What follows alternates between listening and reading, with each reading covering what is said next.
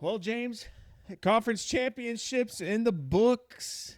We have a winner of the AFC and the NFC. The Super Bowl will be Patriots and Seahawks, a Woo! rematch from the 2014 Super Bowl. The infamous, he should have handed it off to Beast Mode on the two. Mm-hmm. Yep. All right, James, let's start the AFC. Ugly one, but a win nonetheless for the Patriots. You called it. Broncos covered, but the Patriots did ultimately prevail. It got real nasty in the second half. Yeah. James, what were your takeaways from the AFC game? Not much, really. I There mean, really wasn't much to like, take away from. yeah, we kind of saw this coming forward. Like, we thought it was going to be an under game. Two good defenses. They looked really good the whole game. I mean, they did their part. The offenses didn't. And to be honest, we're talking, what if Jared Stidham would have just took the sack instead of coughing up that ball that gave the Patriots points on there? We're talking, what if Sean Payton would have just went for the points? You know me, I feel like an old man on the porch. Take the goddamn points. Like, bro, F the analytics, bro. When you got a backup quarterback, you got to get all the points you can get because it seemed like 10 was all you needed. And I will say this, Spence, we would have went through a brutal time if we would have went to overtime 10-10 during that second because no one got anything going. It was like whatever the Patriots did in that first possession in the second half before the storm came, and that was it. And in all honesty, I think Patriots, man, it's shocking to go from 4-13 to 13-4, and you have no experience on your side for the Super Bowl except Milton Williams, who did it last year with the Eagles, and Mike Vrabel, who's your head coach. So, can he lead his team to? We'll talk about it later against the Seahawks, who have basically rookie. I won't say rookie quarterback, but newbie in the Super Bowl, just like Drake, but also newbie as coach as well with Mike McDonald. Yeah. I think it sucks so much if you're a Broncos fan. You look at this game and even despite the weather, if Bo Nix plays this game, that's an easy Broncos victory. Yeah. That was an easy Broncos victory. And the Broncos all year, some people were starting to say fraud for them. And I never understood that. They had some quality victories over the course of the season. They had wins. At least I know over the two teams that we cheer for. They beat the Eagles. They beat the Texans. It's two big wins. They beat the Chargers. They had a lot of impressive wins. The team that truly was the benefactor of an easy schedule is the team that rode that easy schedule, and they are going to the Super Bowl now. So you can hate on it all you want. Sure, we can discredit them, but they are a good team, and you are what your schedule says you are. You are what your record says you are. The Patriots are going to the Super Bowl, and we, the NFL fandom, have to live with it. Once again, the city of Boston, most spoiled fan base in all sports. Yeah. I will say this, Vince, and you talked about it.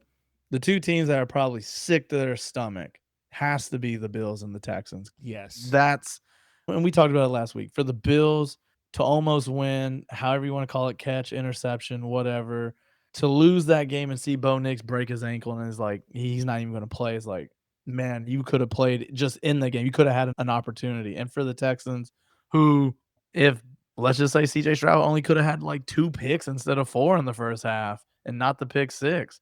Houston could be hosting, like we've talked about, could be hosting AFC Championship game, and we'd had a fun time. But at the end of the day, you know how it goes, man. Turnovers matter, special teams matter, coaching matters, execution matters, and shout out to the Patriots. I never thought they'd get back, man. Like from what we saw from Mac Jones and after that and the whole Bailey Zappi and this and Cam Newton and Jared Stidham, because he was on the team too. Drake May, who I know you were a high believer of in the draft. Your left field dark horse pick, man. One of the two made it. Obviously, mine's almost got there, but it'll be a fun one to see what the Patriots will do. I know they'll probably be the underdog, but hey, man, let's talk about the NFC Championship game, or should I say Super Bowl 60, however you want to cut it. Yeah, the NFC game was much more fun, much more compelling. Just went final moments ago. We were watching it together. Seahawks 31, Rams 27. Had a chance there at the end. It was close, but the Rams could not pull the comeback. And Sammy D, the bane of our existence, James, is going to the Super Bowl. Now, we have personal reasons why we don't like Sam Darnold. Nothing to do with him at all. But you got to tip your cap to him at this point. If you're not bought in on Sam Darnold's redemption, it's too late now. He is arrived. Sam Darnold is, at minimum, I think you got to put him in the top 10 right now after what he did today Oh in the yeah. NFC Championship game, 300 plus yards, all while dealing with an oblique injury, which continues to pop up for him. They said all week long He he hasn't was thrown. only throwing short to medium throws. He goes out in the first quarter and drops a bomb to Rashid Shaheed up the sidelines to set up their first touchdown. Sam Darnold, I could not be more impressed with where he's at. Yep. And it just goes to show you the New York Jets organization is truly, truly cursed. Yeah, dude, they are. Maybe we should check on Zach Wilson. I don't know. Yeah, I don't know. Hey, somebody's about to sign Zach Wilson because they're gonna be like, hold up, man. All we gotta do is just, we don't personally hate Sammy D. He's been phenomenal the last 2 years with the Vikings and with the Seahawks. Of course, hey, another team we're talking about probably kicking themselves in the foot. The Vikings. You literally like walked out the door, a guy who went 13-4 with you last year, or 14-3, whatever it was last year. But yeah, I'm not gonna lie. We said it all year. We've been eating crow. I remember when Sammy D signed with the Seahawks, I thought it was basically a wash signing from Geno to Sam. But obviously, look what Geno's been doing. Look what Sam's been doing, making us eat crow. I've never ate so much crow in my life over one guy. 2-year deal. You knew he wasn't the future. They even drafted Jalen Milroe in like the third round. So it was just like, dude, he's not the future. Well, he will be the future after this. No matter win, loss, it don't matter. He'll get a contract. If he's not the highest paid quarterback, he'll get a contract just as similar as what Jalen Hurts got when he went to the Super Bowl and lost to the Chiefs. It's just, you knew he's going to be that guy for 5 years. So he might as well get it under the belt. Yeah, Sam Darnold, 28 years old. That's definitely he's definitely got another big contract in him. Now, it'd be interesting to see if they win the Super Bowl, what they do. We're a little ahead of ourselves right now, but they gave him, what was it? I think it was like a 2-year, $42 million deal. They gave him a 3-year, $100 million contract. Okay. But he could opt out. It was structured so that the Seahawks could part ways with Darnold after one season. The second-year salary carries a guarantee of $17.5 million. Even the Seahawks, for all the credit that they get for investing in him when the Vikings turned their back on him, even the Seahawks were setting this deal up to be skeptical.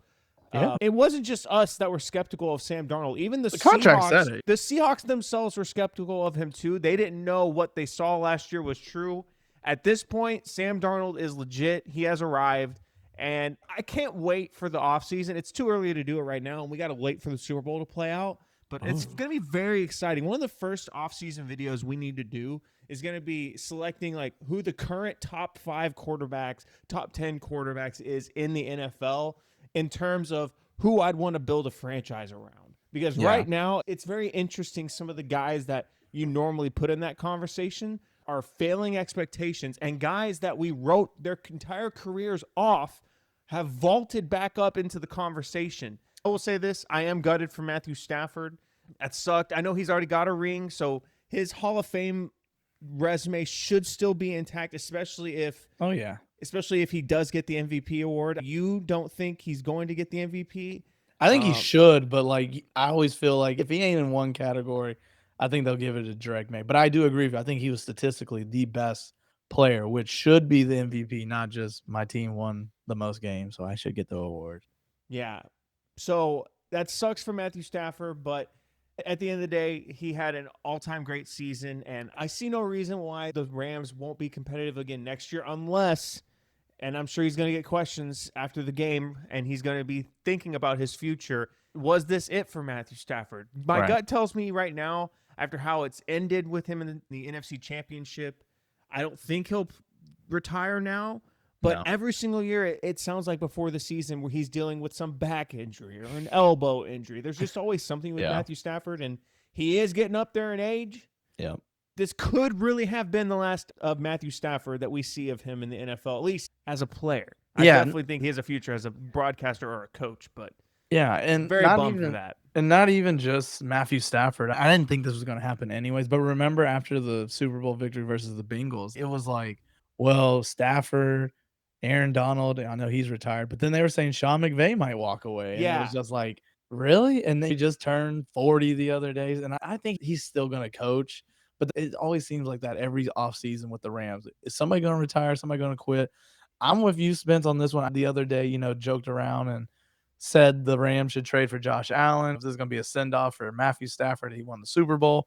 But I think right now, man, you take the draft capital, take Matthew Stafford, find a way to figure it out, beef up your defense again, and, hey, try to compete again because I'm taking Matthew Stafford, Puka Nacua, and if they sign their guys, I'm going to take them over anybody because they're competitive and they know how to win.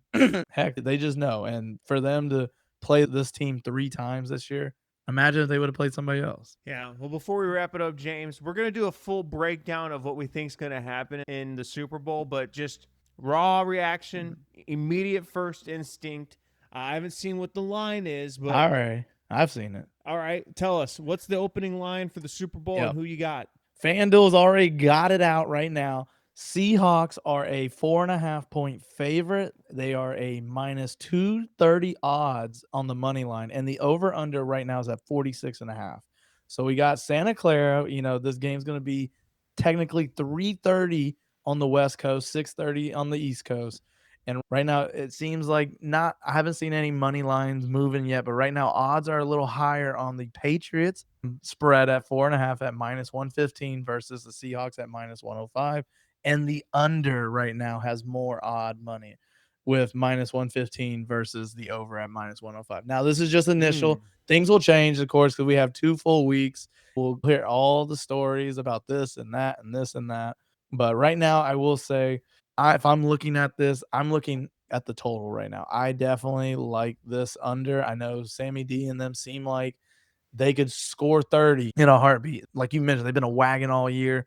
But I think this is a defensive game, and I do think this is going to come down to, and for me, I do think it's going to be like a 20-10 Seahawks. Like that's where I'm at. I don't think I could be wrong, and hey, we've always been right or wrong is how it goes on this show. Right. But man, I just think the Seahawks are the better team defensively and offensively.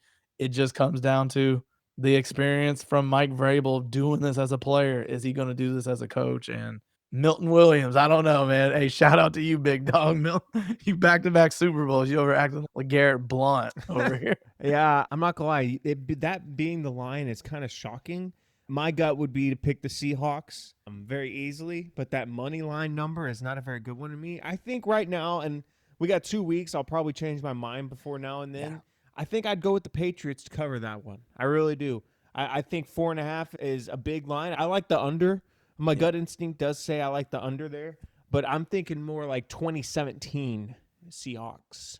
I do think Drake May is going to be able to have a better offensive game than he's had at least this past week against the Broncos. I think he's going to play better whenever the weather's not so bad like it was today, because the weather was insane there in Denver. Just crazy. But just insane. Y'all let us know in the comments who you got. What are your early impressions for the Super Bowl between the Patriots and the Seahawks? Y'all let us know, and we will have a full preview for y'all next week. Until then, y'all take it easy.